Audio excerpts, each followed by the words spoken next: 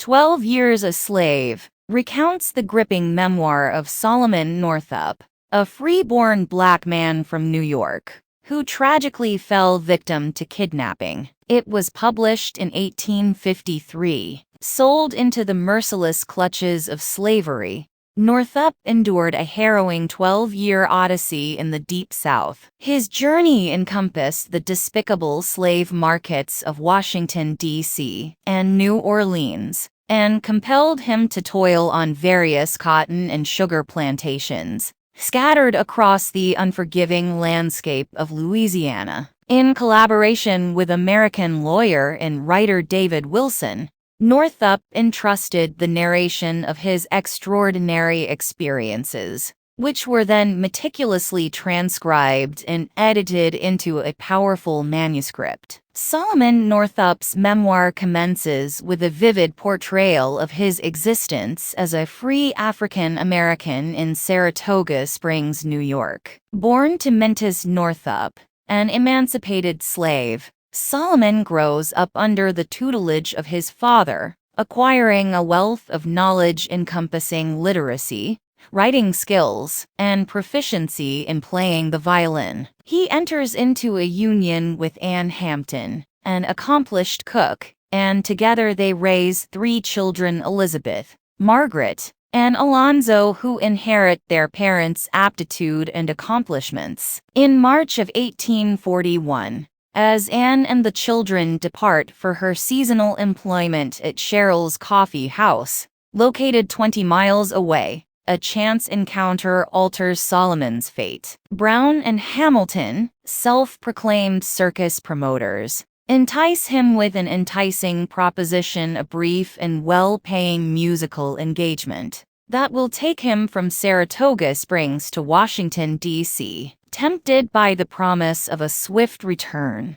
Solomon agrees to the job without informing his wife. However, as destiny would have it, during a celebratory dinner in Washington, D.C., Brown and Hamilton betray him by surreptitiously drugging his wine, facilitating his sale into the depths of a slave pen. Awakening in captivity, bound and confined to a basement cell, Solomon's pleas for justice as a free man are met with ruthless violence, forcibly convincing him of his supposed status as a slave. Subsequently, Solomon is transported by ship to a bustling slave market in New Orleans, alongside other unlawfully enslaved individuals, spanning men, women, and children of African descent. Under the auspices of a slave trader named Theophilus Freeman, Solomon is forcibly stripped of his name and bestowed with the appellation Platt. Eventually, he finds himself under the ownership of William Ford,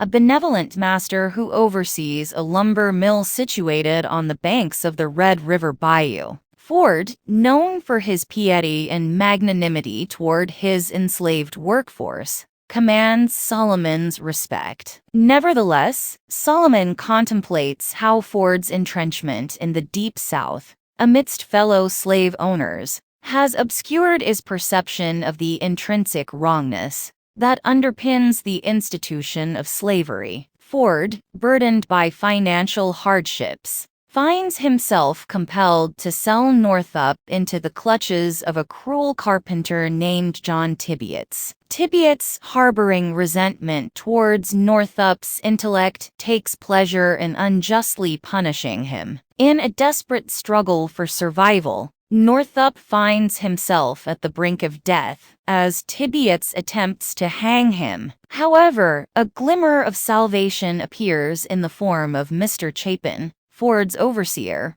who interjects, reminding Tibeats of Northup's indebtedness to Ford. Asserting that taking Northup's life would nullify the debt, Chapin declares Tibeats has no right to execute him. Fueled by vengeance, Tibeats sells Northup to a notorious and merciless cotton plantation owner named Edwin Epps. For a decade, Northup endures the relentless toil of plantation life, fulfilling various roles such as pecker, hauler, and driver. As a driver, he is coerced into brutally whipping his fellow enslaved individuals for the slightest perceived transgressions, even for the simple act of resting momentarily. Epps, driven by a sadistic nature, subjects his slaves to physical and psychological torment. In drunken revelry, he forces them to dance to the strains of Northup's violin,